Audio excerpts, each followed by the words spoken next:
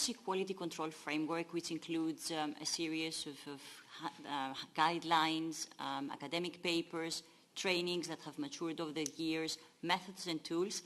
It took 14 years to develop.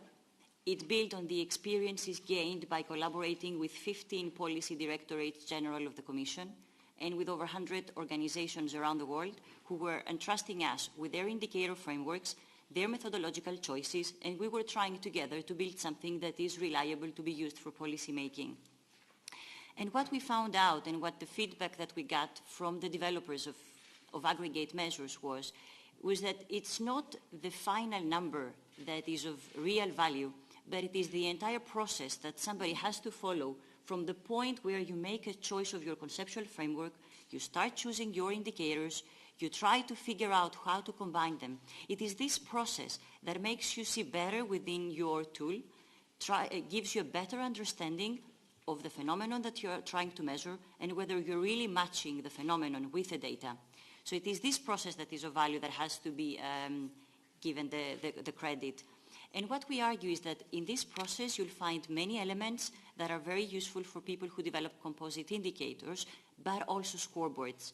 Because to some extent scoreboards and composite indicators have several similarities. They are both based on a set of indicators where they're grouped together under certain dimensions.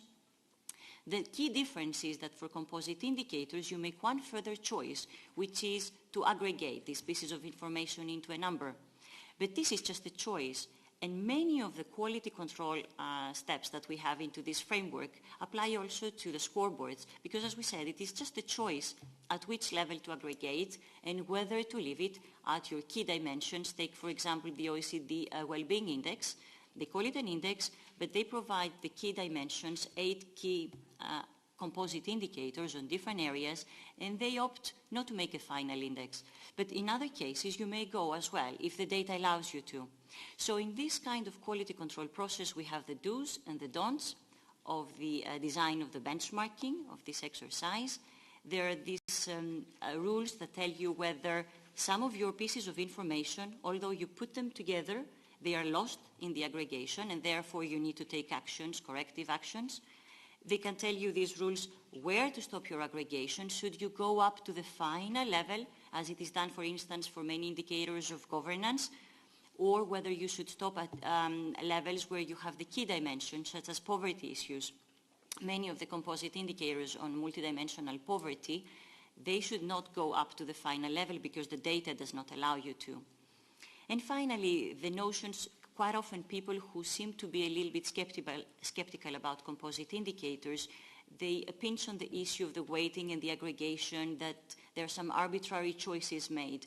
But then if somebody looks at the conceptual framework, then you realize that you already have some answers, that a simple arithmetic average of things doesn't always work well. So in some cases you are allowed to do so, in other cases not. And therefore the choice of how to put things together has to be based on how the various parts work together. For 2016, the Competence Centre has already a work plan in support to several policy directorates general, DG Grow on Small Business Act, Innovation Union Scoreboard, to DG Regio, DG RTD, and so on. Direct support also to vice presidents with respect to budget focused on results activities, on culture and creativity, and on the social dimension of the Economic and Monetary Union. There are also more than 10 requests that we received for assessments of composite indicators that are developed by international organizations and who come to the GRC to get this extra stamp of credibility. And also indirect support to policy DGs through the collaborations with other units within the GRC. And in 2016, in order to make the most of the experience gained over the past years, we're going to be developing more tools that are going to be applicable to all contexts and are going to be freely available and open source. The first one is the Coin Explorer. It's going to be an open access platform that brings together all this wealth of information from the composite indicators and scoreboards that are either developed or used by the Commission services, so for people to be able to make the best of this knowledge. A coin tool that is going to be more technical and that it's going to help the developers of composite indicators to assess some of the statistical properties of their indices, a new version of the JRC OECD handbook, which was done in 2008, so we will have to revise it almost 10 years after. New training syllabus, both for users and for developers. So I bring my discussion back to what Walter said. It's a different notion when you build an index, and it's a different notion when you use it. So both have to be educated, both the developers and the users, and have a common terminology and language. And there will be an international conference on composite indicators and an online forum for the Commission services, but eventually open to international organizations who raise their questions, either methodological ones or conceptual ones about different issues, what is the best indicator to use for this kind of policy issue, and so on. So we will try to have this collaborative way of working, which is why the Competence Centre is being established.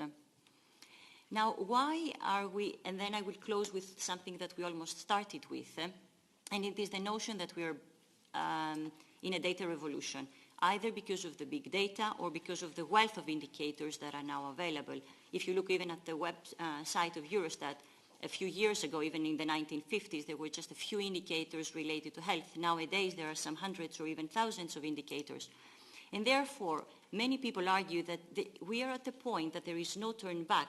It's not going to be easy any longer to make choices based on just a few indicators, because having so many pieces of information, people might be accused of the kind of the cherry-picking science. So why did you choose that indicator and not another one? So we're going to be more and more towards the direction of taking decisions based on more pieces of information that we have somehow to synthesize, be that a scoreboard, a composite, we stopped the process before, and so on. And just recall a little bit, and maybe the example would be the Millennium Development Goals that had 8 targets, the 8 goals, 21 targets, and 60 indicators, and now the Sustainable Development Goals are multiples of these numbers. So this is just an example that for everything now that we're going to be doing, we're just going to be confronted with more pieces of information. And I will go also to the one quote that it was in the internal commission document written by the high-level reflection group, which was headed by Walter Defa, and it was the group who suggested that GRC could build on its expertise through the creation of knowledge and competence centers as these virtual entities. And in fact, it had argued in that paper that the Commission should better exploit the potential of big data and seize the opportunities for better policy making offered by the data revolution. And so, of course, and Eurostat in this would play a key role. So, concluding that one, I would say that these new competence centers and knowledge centers of the JRC are only meant to reinforce the links that we have together with the policy DGs. We cannot work in isolation.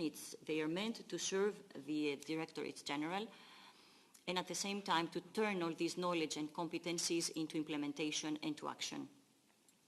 So the disclaimer that I would say about composite indicators and scoreboards, it has been mentioned quite a few times, so I think it will be well rooted in your mind, is that to be credible and effective catalyst of a policy action, indices and the scoreboards have to be developed sensibly and used responsibly.